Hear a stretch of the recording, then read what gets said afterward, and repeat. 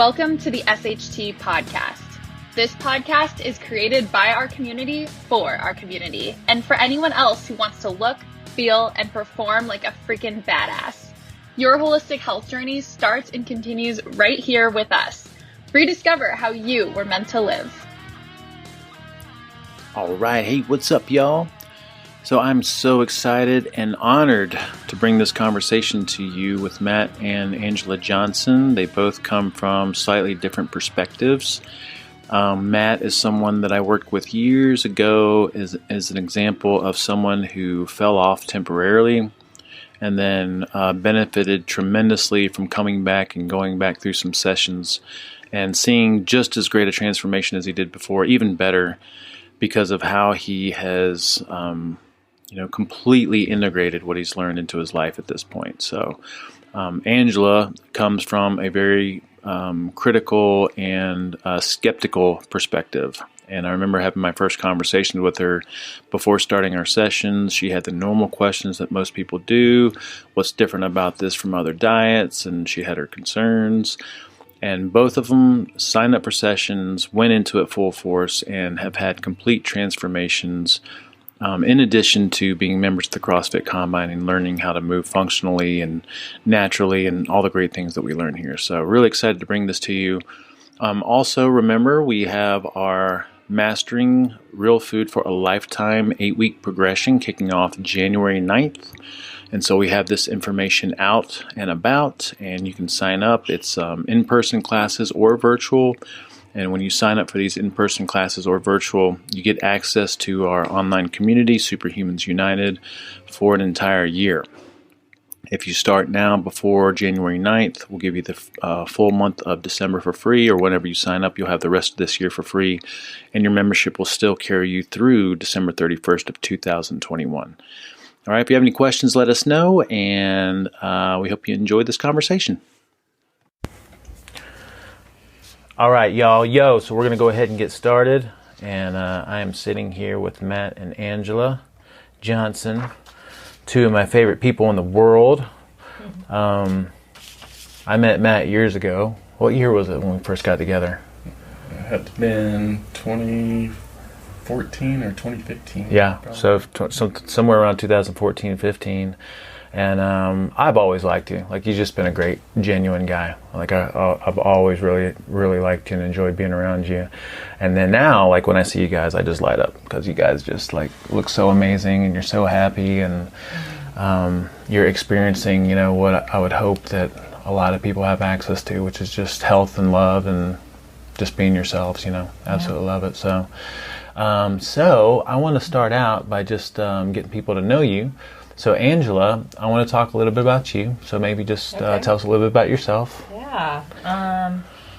I am, 45 this year. And yeah, I'm right there with you. Nice. And, I'm a mom of 2 young men. And how old are they? Now I got a 22 going on 23 and one that just turned 18 in May and doing well in life. And, been... married a couple times in life, and now I'm on my 3rd marriage with an amazing man and soulmate. So somebody that I feel like I have a teammate. Oh, yeah. What do you do? What do you do for currently? work? So I used to be in life and health insurance for the longest time. Oh my gosh, me too. Yeah. I hated it. Yeah, me too. I did that for a while and I was done this last year. So we got married and we were kind of talking about like going off on our own with his, he's an accountant, so partnering up and just helping him out and supporting him. So that's our direction where we're going. Yeah, that's kind of where we're trying to go too. Yeah, for sure. So like you've had an interesting life and some things that have kind of shaped or changed you. You mind talking about that at all? I remember you were telling me about like your first marriage, and that was when you were what age? I got married 20. And I was 22, got pregnant, and crazy. Yeah.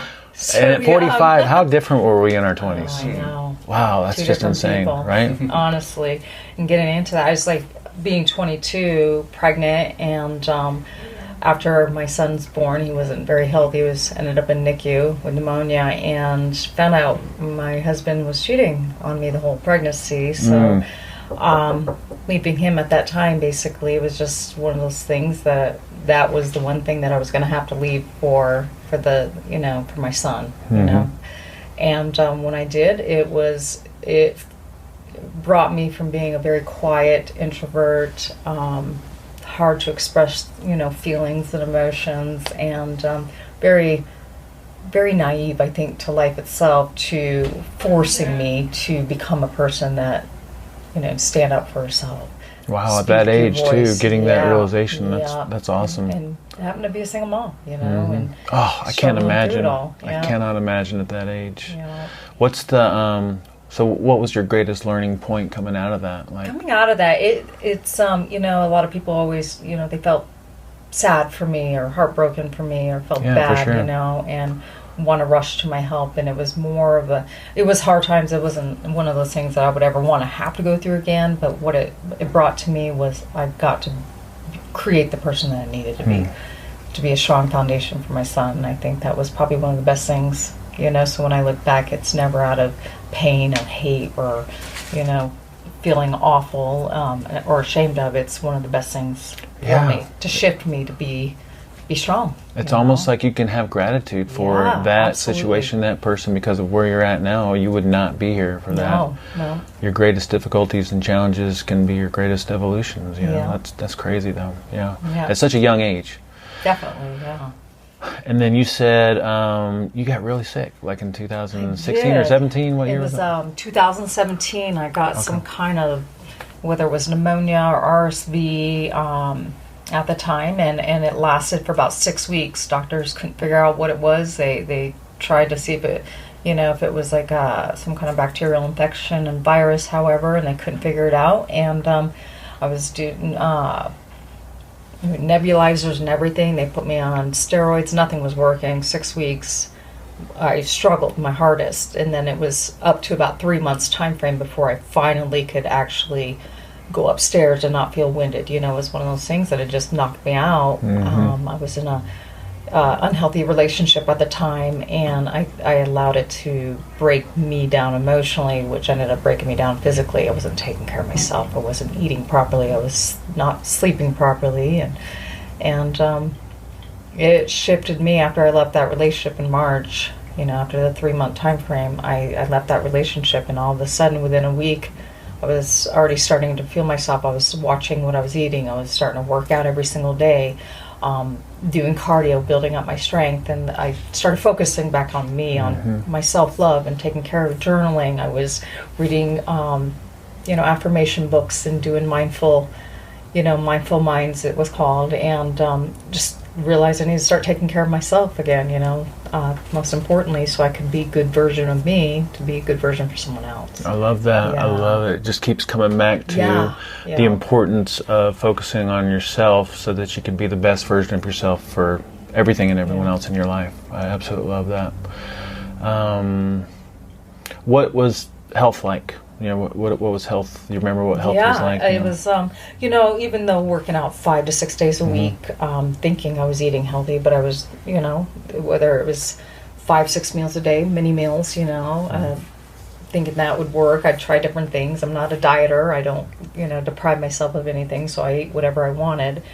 And I was still not health-wise, my form, my body physically looked decent and fit, but inside I did not feel what I looked like on the outside. My skin still was showing to age everything. And I noticed I just felt sluggish. Every day I felt like I was fighting to not take a nap. Now, was that a gradual thing that you noticed, or do you remember that at some point, like at some age or something, that you were just like, dang, what's going on? Yeah, I was about, again, I was like 42, 43 years old, and I just noticed it. I'm not me anymore. What's going on? Yeah. And once I started, realizing that, hey, I've got either health issues or whatever. I even went to my kinesiologist, and he's just, it's the food you're eating. You gotta, it's not it's not healthy for you. It's not helping you feel healthy. And so meeting Matt, we, just like all new couples, they love to go out to eat, and we want to have drinks and all the fun stuff. And we did that in the beginning, for a lot of it, first year and a half, and we spent a lot of time going out to places, and you don't know what they're cooking you, and you don't know how well it's cooked. And I was especially knowing what you know now. I mean, because you said that you were waking up with stomach pains, digestive issues, and I had parasites a couple times there from uncooked meat, not being handled properly. And I was just like, I feel like every month I've got some issue, and so I realized my health on the inside was bad. I know that feeling. So uncomfortable being there when it's a consistent, like a dull something, and it's eating just like and you have these fleeting glimpses of like a good day or some good moments, and it's just like, and especially contrasted to where you're at now, it's just like absolutely unbelievable. And I think that was my turning point when, Matt brought this up to me. He had this conversation with me back in, it was the beginning of the year, and then we, everything happened with the COVID and so forth. And then throughout the COVID, what is everybody doing? You're locked down, so you're drinking all the time, and you're comforting yourself with the wrong foods, and you're staring at the freaking pantry. And you're in it all. And I'm, I mean, there were days, stuff that I was eating that I was like, I rarely ate this once a month, and I'm eating it every day, and I crave it more than I've ever craved it before. And I started feeling this attachment to food, like and I gained like 10 pounds. And I was like, for you that's a big deal. That's it. People listening like 10 pounds. For me, I'm a small frame, and you put 10 pounds on me, I see it, I feel it. And then when he brought up, hey, this is something that's worked for me in the past, would you be willing to try it out? And I was like, well, what is it? And then when he explained to me, I was like, oh yeah, that doesn't sound good. That means I'm gonna only eat meat. So I got this like, I know. A lot of people have this weird perception thing. Weird perception. Yeah. So I want to talk about that, like our first interaction. But do you mind if I just get Matt to go through like his little major events, and then we'll get to because I still remember my first conversation with you on the phone. That was really fun. All right, cool. So Matt, tell us a little bit about yourself, age, and all the same thing. My name is Matt. I am 44 years old. I'm a CPA here in Vegas. You enjoy that? I do at times. It's a good background for business and finance. So, and it's useful to a lot of people in business. And so just having that, I feel like it's a good base to have. Because like Angela mentioned, we want to start other businesses, diversify so she can do it. Very good foundation to have to do other stuff. Having the business and accounting and tax background to set the company up and have it perform with the numbers and stuff like that is really important to the success of every business, really. So, so you said so I 44? What's that? Wait, how old are you? I'm 44. 44, yeah. 44, right. yeah. Born and raised here in Las Vegas. Nice. Tried to escape back in my early 20s to Seattle for about a year and a half, and got sucked back in, finished school, and been here ever since. I have 3 kids, 20 years old, soon to be 17-year-old, and a 13-year-old. I guess as far as a major event that you were telling me earlier you had a freaking burst appendix, right? Yeah, I had how old were you when I that was happened? 28. Okay. And generally, if an appendix goes, it's usually in the teens, maybe up through 21. So anyways, I came back from lunch at the office I was working at, and so I had this fever, and I basically thought I had food poisoning, stomach issues, but none of the things I would do would relieve any of the pains I was having in my stomach. Went home, took some Motrin, woke up the next day, no fever. Went about the next week and a half with no problems. Went golfing that following Saturday, and it fully burst. Ended up in ER. Next day had an appendectomy, just laparoscopically, and then for the following week, usually they release you after a day or two. During that following week, I wasn't getting any air through my intestines. They finally diagnosed me with a blockage in my small intestine. So the following week had another surgery where they... What kind of blockage? They don't know. They say it could have been from the poisons from the appendix bursting. I have also heard that when they went in laparoscopically, some of the operation tools could have damaged it, caused it to seize up. But they couldn't really tell me why. But anyways, had the small intestine, about a foot of that removed. Got a nice zipper on my front side. Yeah, I was saying I never even noticed it. Yeah. And so, and then I was in the hospital for another week to a week and a half recovering from that. Lost 38 pounds to be exact in about two and a half weeks. Not a good way to lose weight. Lost a lot of muscle atrophy, all that kind of stuff. Was some good that came out of it? Yeah, I think the good part that came out of it is at such a young age, when right before that happened, I thought I was invincible. I was young. I still had tons of life to live. And it taught me at that point that, life is short. You can be here one day, and a useless organ to you now can kill you tomorrow in that case. But it's deeper. It's with relationships can be here today and they can be gone tomorrow.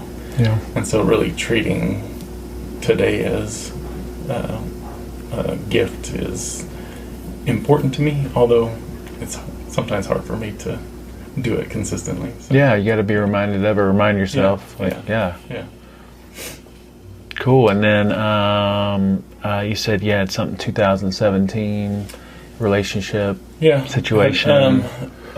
Up to that point, I had been married for 20 years, close to 20 years. My ex was involved in an accident and had some legal issues, and at that point, being married 19 years, the relationship wasn't perfect by any stretch, but I took it as like a turning point where we can like reset, take our marriage to a different level.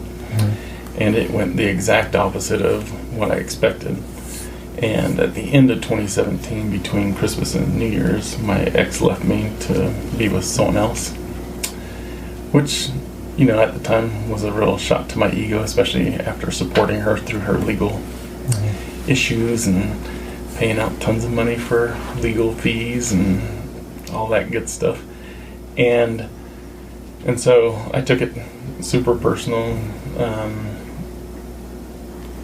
hid myself, lost contact with a lot of family, friends, didn't know what to do, stressing out about work, how I was going to make it happen.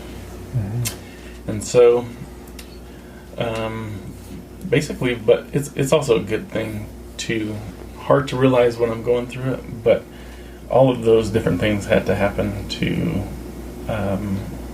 have met my current wife, Angela. So if none of that happened, I might have still been in a miserable relationship, just trying to hang on for my ego purposes, justifying that it's for my kids, don't want them to have to suffer through a broken family.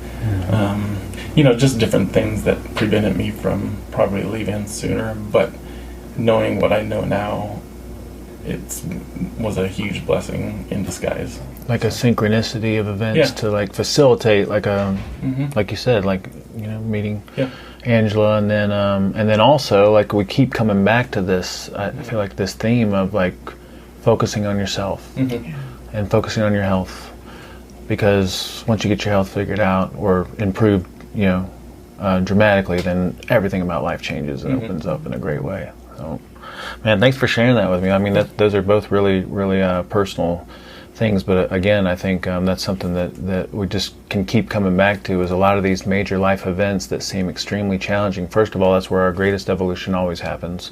Evolution doesn't happen so much in the and the good times, because those are even keel. It's like, the evolution comes through these challenges, but then also I just love that you guys kept bringing it back to this was also a wake-up call for me to focus on myself and improve myself and my personal health and my emotional health.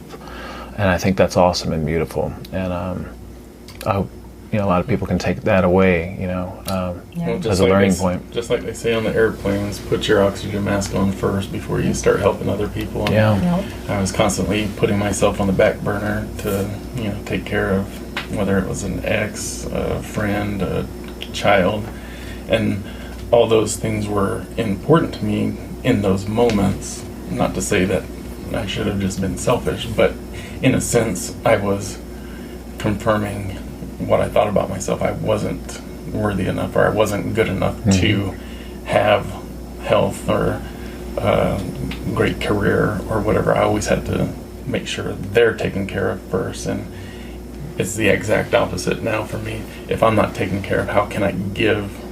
Dude, it's such a good realization to have, man. I'm telling you, that's something that I want for so many people. It's just like being selfish with your health is actually selfless, because you show up completely different to everything else that you care about in life. And I always say, to be able to donate or give somebody $1, you have to have $1. And it's the same. It's the same with anything, like whether it's love or compassion. If you don't have that in yourself, it's hard for me to give it authentically.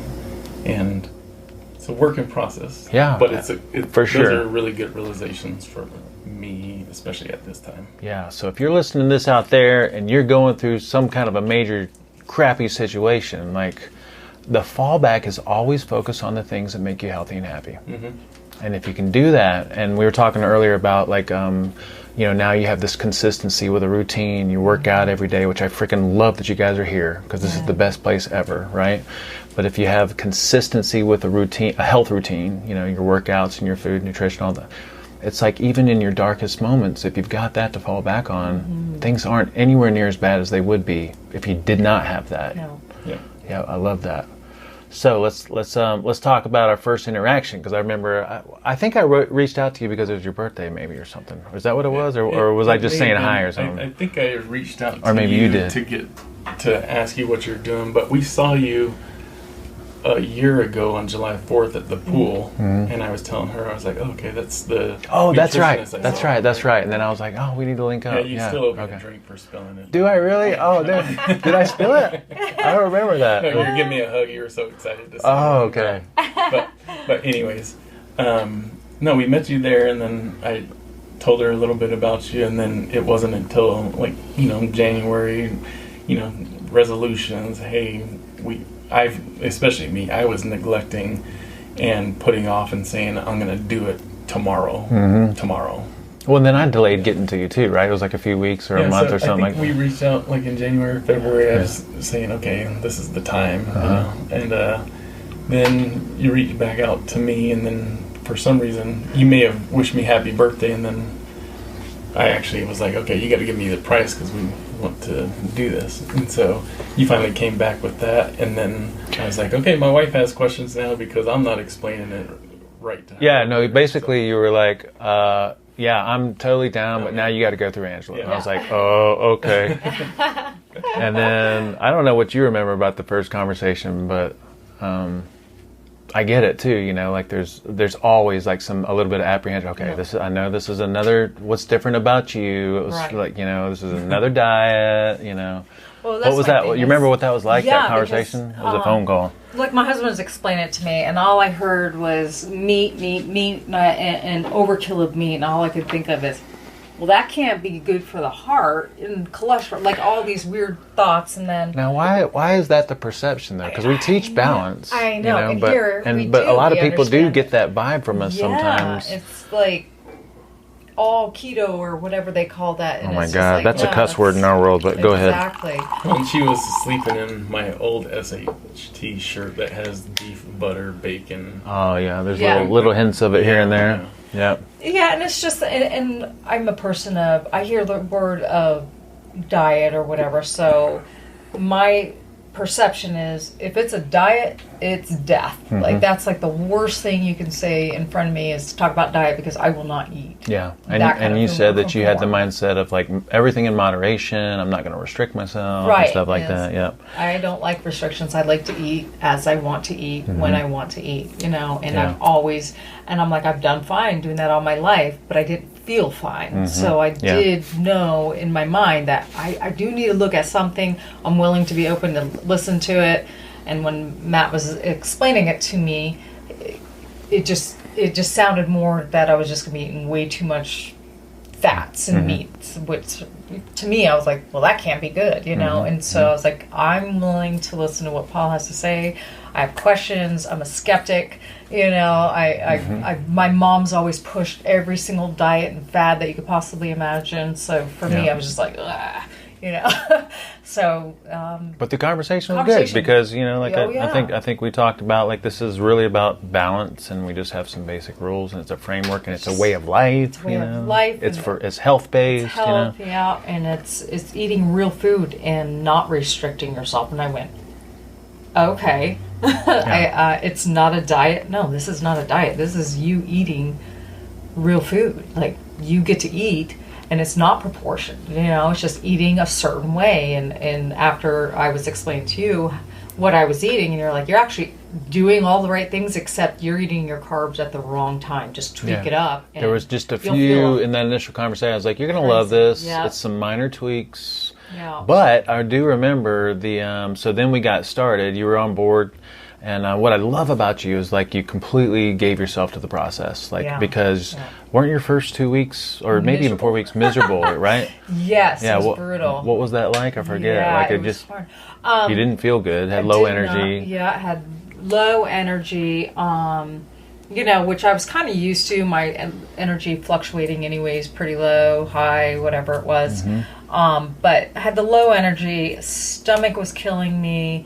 Not using the restroom properly. I mean, it was like once every 3-4 days, and I was like, this can't be right. Yeah. Now I remember that, and I remember, okay, so this is, for a lot of people, it's a transitional adjustment, especially with even something as minuscule as moving your carbohydrates to later in the day and slightly changing the amounts. A lot of people have a strong reaction to that. But then, and then we tried some supplementation for digestion, didn't we?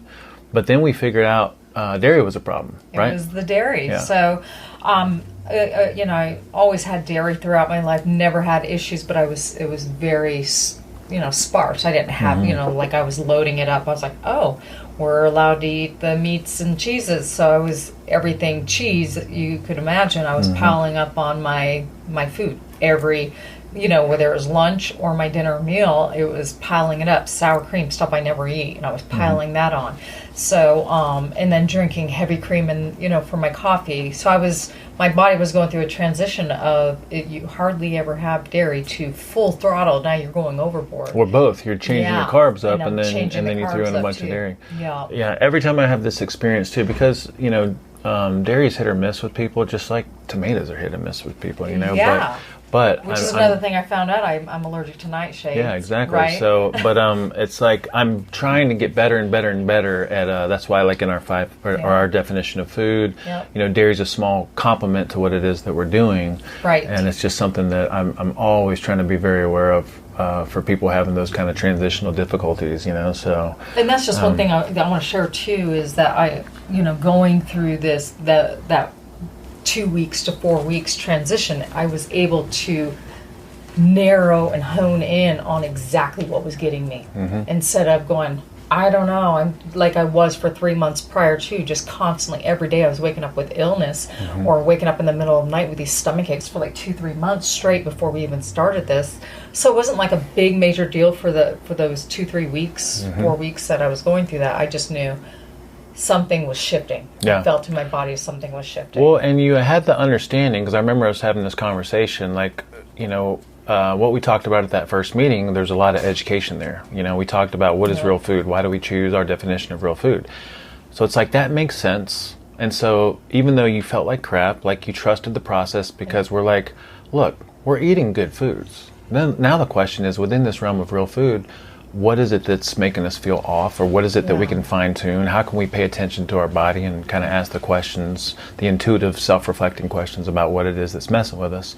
And that's what I really, really admired about you, is you hung with it, you stuck in there, and then we had that breakthrough, and it was great, Matt, your first 2 weeks, like you felt pretty good, right? Yeah, I immediately started losing weight. Yeah, I felt pretty good. I think the thing this time around for me that made it easier for me was going on the tour with you. Really cleaning out our fridge and cabinets. I've even gotten comments from kids that my pantry and fridge are boring now.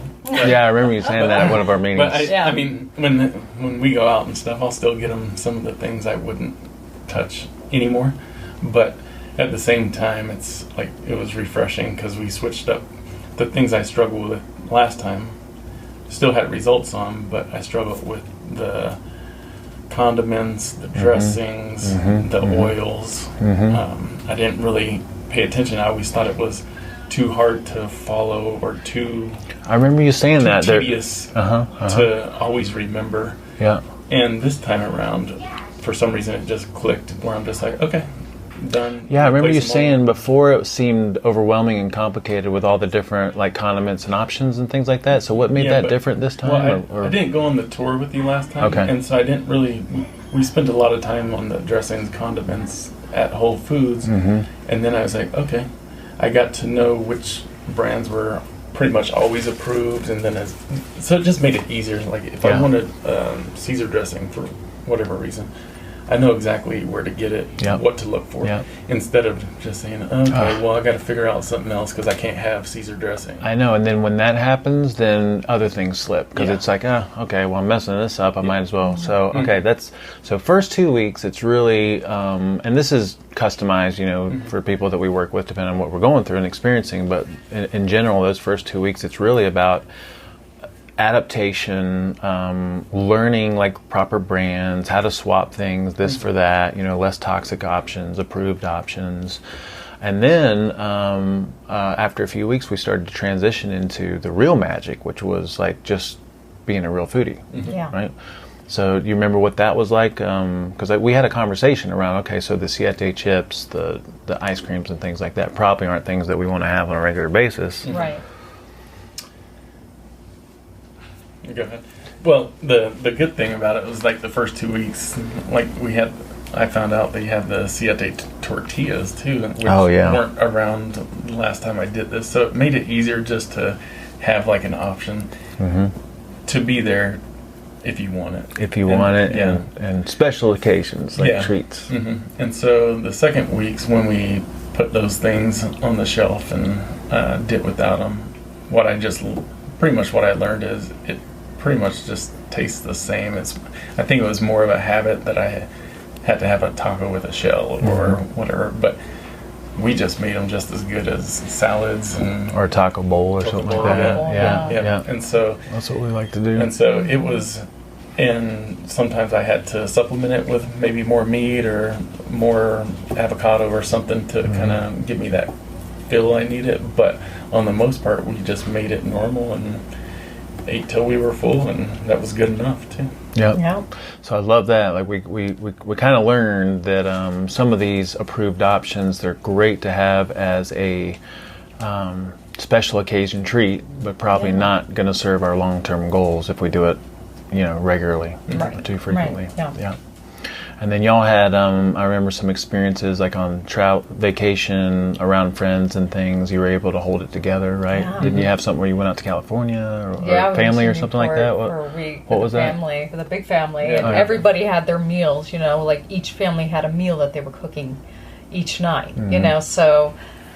But the good thing is we let them know what we were up to beforehand. And and they were seeing results too, so they'd always ask, "Hey, are you okay having this?" And they were supportive of it. One night they made nachos, and so we brought our own Siete chips to have on vacation there, which normally we wouldn't do, but we also, wanted to enjoy a vacation. But at the end of the week, when I came home, that was the first time in my life I went on a whole 7-day vacation and came back 3 pounds down. Yeah. And I was like 2 pounds. Yeah. It was crazy. Yeah, so that was good. But, letting people know up front and we don't have a whole lot of restrictions that we even told them. We're just like, hey, we don't do the wheat, the bread, that's the big ones. Process. It's the big ones. We just don't do like the breads, pastas, pastries, pancakes, donuts, and all that kind of stuff. Yeah, it's the junk that you just really don't need. And we worked out a few days a week down there. Yeah. You probably worked out a couple extra days, but some of my family members would be like, "We're going to work out so we can have a donut at the beach," kind of thing. And I used to have that attitude too. Like I work out so I can enjoy the weekend or whatever, and it's just so much more satisfying to eat for energy to work out and see the results instead of working out to maintain I guess where you're happy, where you're at. I guess I don't know. But, and your indulgences and stuff like that. Did you notice what was the difference between? Like I noticed for me when I'm around other people, and everyone's trying to figure this out, so it's not judgmental at all. I just noticed the difference, and like I'm not obsessed about food. I'm not thinking about food all the time. I'm not like thinking about my next meal. Usually it's like 1 or 2 meals in a day. Like did you notice any of that? Like the frequency of meals, the freedom from, any of that? I think that's the biggest thing. Since the start of this, we've been spending most of our time not eating breakfast anymore. And dude, that's a powerful statement right there. We spend most of our time not eating. Right. And we're not talking about developing an eating disorder here. Right. We just embrace space. 1 or 2 meals in a day and mindful eat, it's not just being mindless about it. It's actually being mindful while you're eating, tasting it. Like every time we make a meal and we eat, we're like, every bite is oh my God, yeah. It's because glorious. you're so caught up with the taste. Your taste buds clear up. The sensation of the food. You know that it's good for you. You know that it's nourishing your body. Yeah. It's guilt-free eating things that most people would have some guilt around probably because they think it's too rich or fatty or something. Yeah. And we always try to do a good job whenever we have had people over. But even on our beach vacation, I would make these lettuce wrap club sandwiches with chicken, bacon, tomato, and everything, and our approved Caesar dressing. I make it for the whole family, and they're like, "Oh, we're coming over to your place for lunch again tomorrow. Can you make me one?" Yeah. So they were seeing that you can have a really, really good either lunch or snack or whatever without having all of the things that don't support our health. Yeah, you can eat very similar. Yeah. But you just have to choose the right things. Yes. That's it. You just have to find the right things. I just did a talk at UHC a couple days ago, and that was the big message was like a lot of people think when you're moving towards a healthier way of eating that you're giving up a lot, but a big part of it is just learning what things to get that are made with better ingredients, you know? Yeah. And then, so we tried low carb. Like, how did that work out for you? I remember you had a pretty good experience. Like, what was... Loved it. What was Yeah, that was the 2-week progression where we saw the best results. How hard was that? Like, to go with that? Like, did y'all go completely, like, no fruits, no starches and stuff like that? Oh, yeah, we did. Tell me about that. Like that was a little bit of an adjustment the first day or two, right? Energy was a little bit lower. I felt like I wanted to snack the first 2 days after waking up, or I wanted to eat breakfast. Just felt like a emptiness at first, but after we did it, once we did the next progression or so, then it was almost like a no-brainer. Like we'd only do the starches and carbs maybe sporadically, a day to 3 days a week instead of every night having to have something like that. And we still eat that way. That's the great thing, because this was our favorite thing. Is we learned that our energy is so much better with the low carb. you know, and you throw maybe once a week or something like that, you know, and to us it's like a treat, right? You just throw some carbs in there. But I always find myself, I feel groggy when I eat more than like a half a cup or a cup of carbs. I feel like I could sleep the next day. Like last night, I had a couple cups of popcorn, and I didn't have the siete tortilla with our taco. You know, we had tacos. I just had the taco bowl, but then I had a couple cups of popcorn. And then this morning I was like, I could sleep in. Yeah. I have so much more energy when I am a low carb. So, you know, for myself, I find myself enjoying it more with a low carb. So that first couple of days, like especially if you've kind of been habituated to carbs regularly, like that first day or two, that it's definitely like a little bit of a transition. But then after that, lean and mean, like, that's right. And I think we had discussed, like, even when we do our starches and our fruits and things, if we're just very conscious of the amounts and we keep it to like the half a cup or somewhere around there, it's still pretty freaking low carb. Like, you know, it's still net carbs wise, it's still pretty low carb. So it's like, but I think our learning point coming out of that was, let's just make that our default, or make sure that we're sprinkling in 2, 3, 4 days of low carb a week or something like that. And I think that's what y'all said you gravitated towards. Really. Yeah.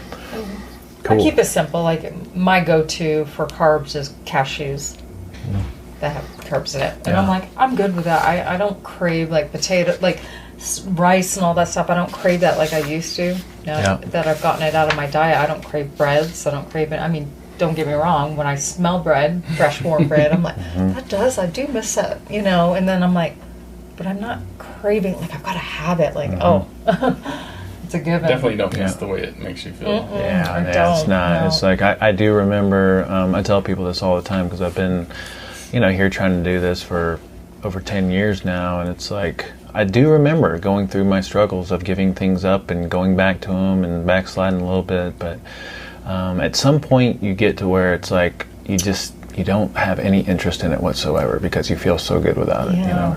And when it's like when you get a taste of feeling good consistently, you don't want to lose that. Yeah, absolutely. Then the game, then the name of the game is like, how much better can I feel? Like how can I optimize this? Exactly. You know? Yeah, that's great, man. No, I loved watching y'all progress through this. Let's maybe just talk about anything else, like as far as the experience going through like our different little phases. No, like I said, once we did the low carb thing, the next phase was reintroducing starches and testing, that kind of thing. And we found it hard on nights to do the testing because we weren't having them. So we were like, you had to force yourself to have it or something like that. Force yourself to have the starch. And so we did like a dairy cheese test here with you, Paul, and you know, we were being mindful of what our body felt like, what our maybe heartbeat and stuff like that was, but on the most part we rarely went back to it after that. I think that was our hardest. It was the testing phase, because we were like, we just, you know, like with the starches and stuff like that, we were just like, we just don't, like we don't want starches. It was almost the opposite of what you would think. Right. That you would want to go back and excited about going back or something like that. Didn't. We just felt so good for those 2 weeks that we didn't want to get away from that feeling. Yeah. You know? I think the big takeaway is, you know, regardless of how well we think we do with our little testing protocols, it's just like for the rest of our lives, we need to have this mindset of just paying attention to how things make us feel. And, you know, we have a little motto, and it's basically like always be going without something, always be tinkering with something.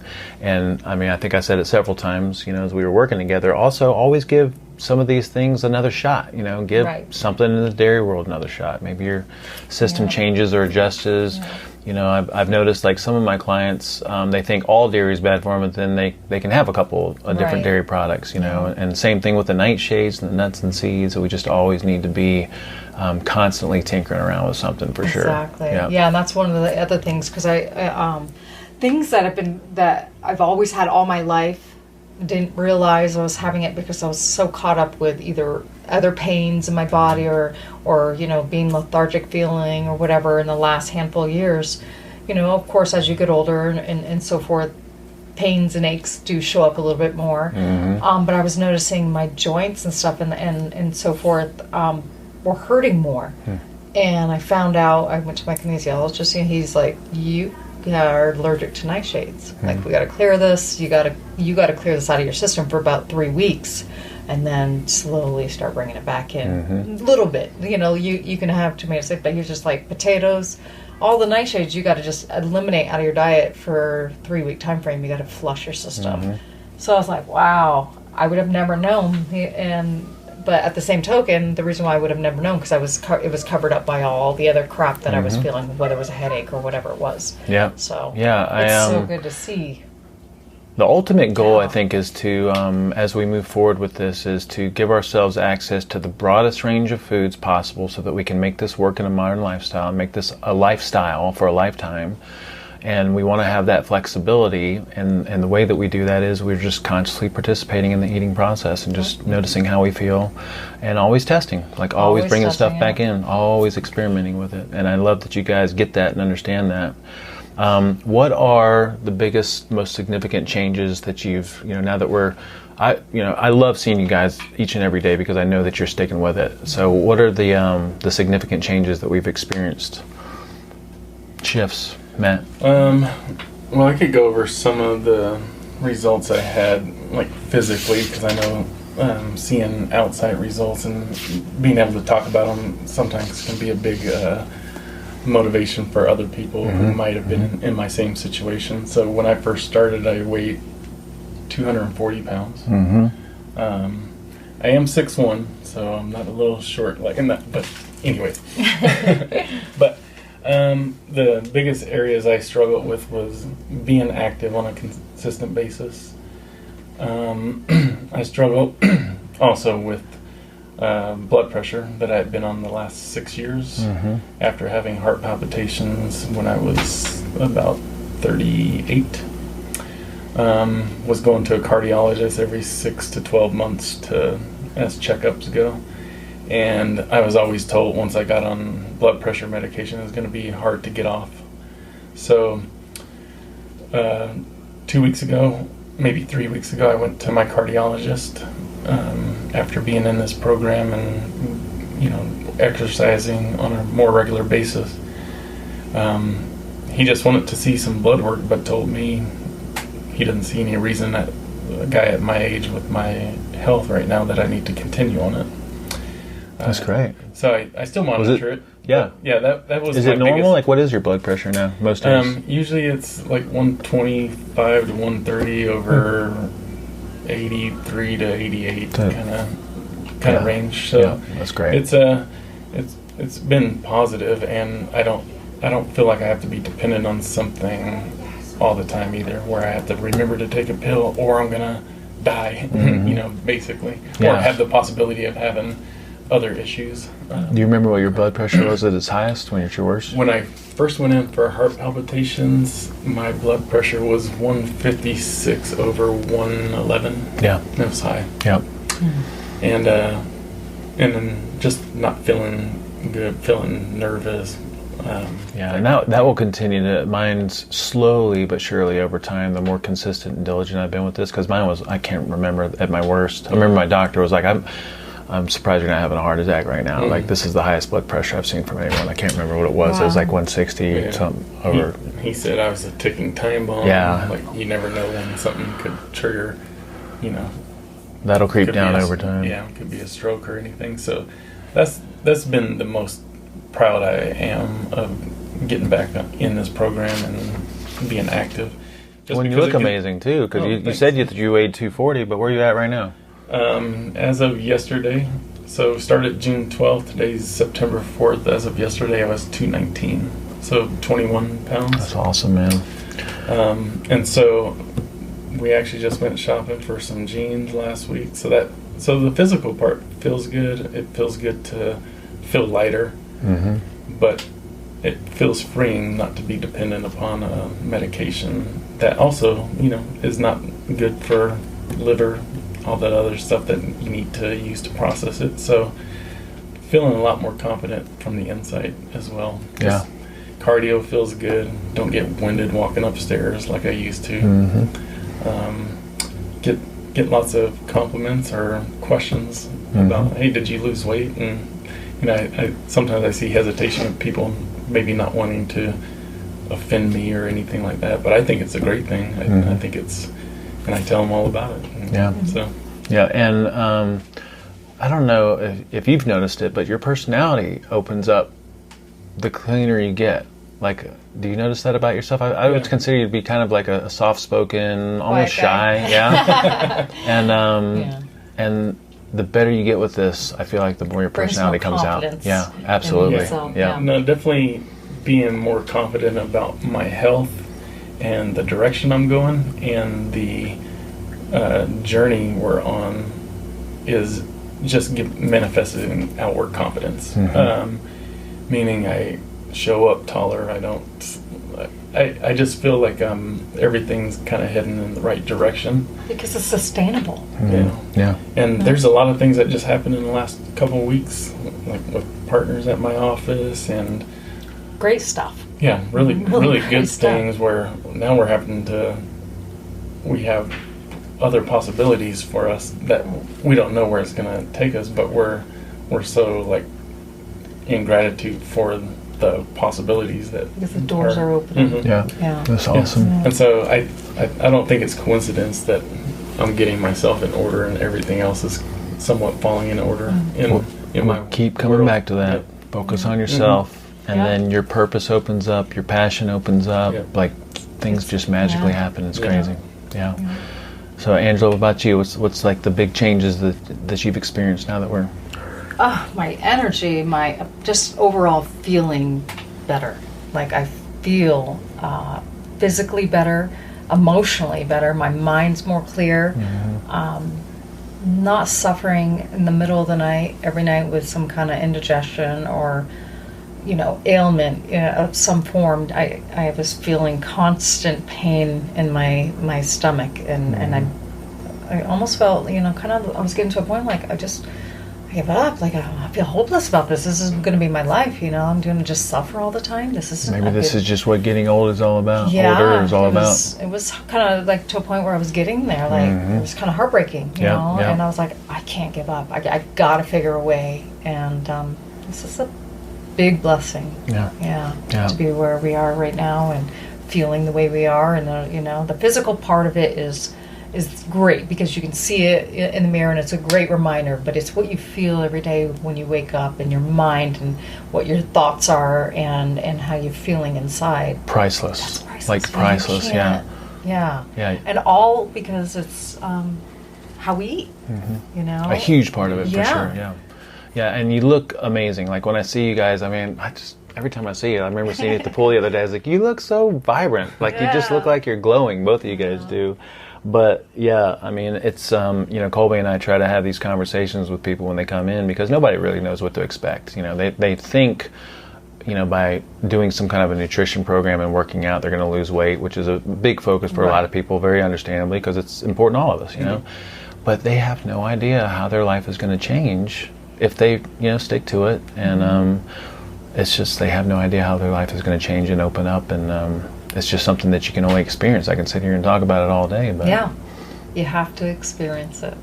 Everything about your life will get better when you figure this stuff out. So what are y'all's plans going forward? How you feel like you're gonna do pretty good sticking to it? Okay. Absolutely. All right. So I didn't know if you had any plans or strategies or No, we the 12-week progression gave us definitely the foundation, the tools to be able to stick with it for a lifetime. It's very sustainable. It's not restrictive. We never felt like we were on a diet with this one. We felt like we were. What's the joke? Like, I can't believe how much food we could eat and still lose weight and feel so good. That's the joke within us. Like, and I think the biggest thing too is the education behind it. Because you could have just came to us and said, "Hey, don't eat carbs in the morning. Switch it up and then get rid of these things," and we could have just said, "Oh, okay." But you really teach us the whys behind it. You incorporate all the different diets or methodologies, whether it's keto, paleo, vegan, you include the real food in that. So no matter what you're inclined or what you do better at, there's always going to be the education and the understanding of why. And so I think for me, being analytical and stuff, it was very helpful because I was able to say, okay, now I get it. Don't eat this because here's how your body reacts to it. It's very elementary, being broken down and very basic and simplified to where you're not trying to make guesswork at it. So then it doesn't become a restriction to me where don't have that just because that's more restrictive versus saying the reason why you don't want to have this is A, it's not optimal, and B, here's how it affects your body. Right? And so then I'm like, okay, I don't want that.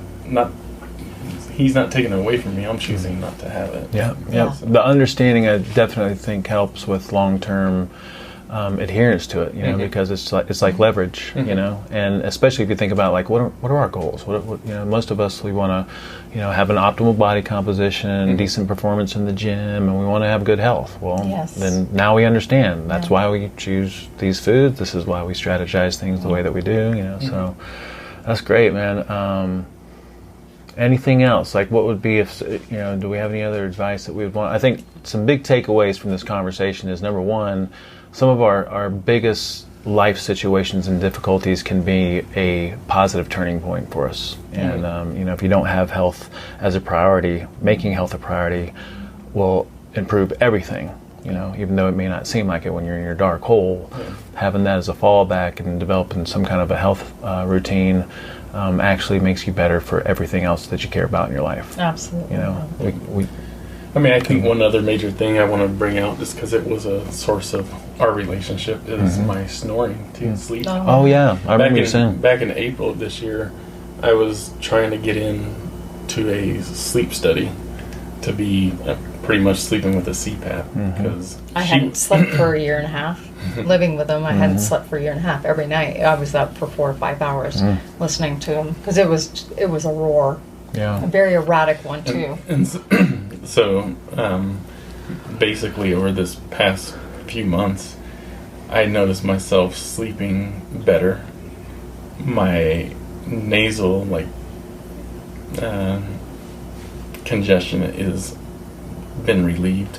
Not totally. Sometimes I still wake up a little stuffy, but I finally feel like I could breathe through both nostrils at the same time. I do have a deviated septum, so that probably played a part in it, but I know health and the things I was eating at night played a role in it as well, as far as the carbs I was eating, the things that would clog my air passages and stuff like that. Well, and the body fat, once you lose that also contributes to less snoring. And how powerful is sleep? Like, how powerful is sleep? It's been amazing. Sleep is like, you get the food figured out. Vital. Sleep is the next frontier. Like, it is just like one of my favorite things in the world. Like, I absolutely love looking forward to going to bed at night. Oh yeah, me too. So I think that's what's next for us too, is continuing on with, learning. I know you mentioned you had some sleep, and we're also interested in meditation. I'm hoping you guys do some other sessions and we'll focus on those things and then check in on the community here and there. That place is humming, starting to bubble up, and I love you guys. You guys have been great. It's been great to work with it. You've been a huge help for us, and totally changed us. Helped us see our vision better. Transformed our thinking of nutrition, and just the results speak for themselves, but just the energy and the livelihood that we have now is just night and day from just less than 3 months ago. Yeah, it's crazy. I love to see love. I love to see you guys happy. I love to see you guys in here working out. I light up every time I see you. I really do. So thank you guys so much for coming on here and sharing your story. Thank you for having us. I thought that was so great, and we'll see you guys here soon. All right, stay in touch. Check in on the community. They're missing you guys in there. All right. All right. All right. Awesome. We'll see y'all. All right. Thank you guys so much for listening. Just remember, the purpose of this podcast is to support our SHT community and to be in your ear as a go-to resource for all things SHT. Yeah, and if you've fallen off, if you need support, just come back and listen to some of these episodes. You can get re-inspired, re-motivated, and re-engaged. And if you're new to us, the best way you can get started with us is by connecting with us wherever it makes sense by going to sht4life.com. That's sht4life.com. And you'll see links to all of our social media accounts. If you'd like to support us, the best thing you can do is take this information and be living examples to others. You can also share this with people you care about. Yeah, and if you'd like to be a part of something amazing, you can help us empower the planet together by joining our freaking amazing community at community.superhumantransformation.com. That's all we got. Bye.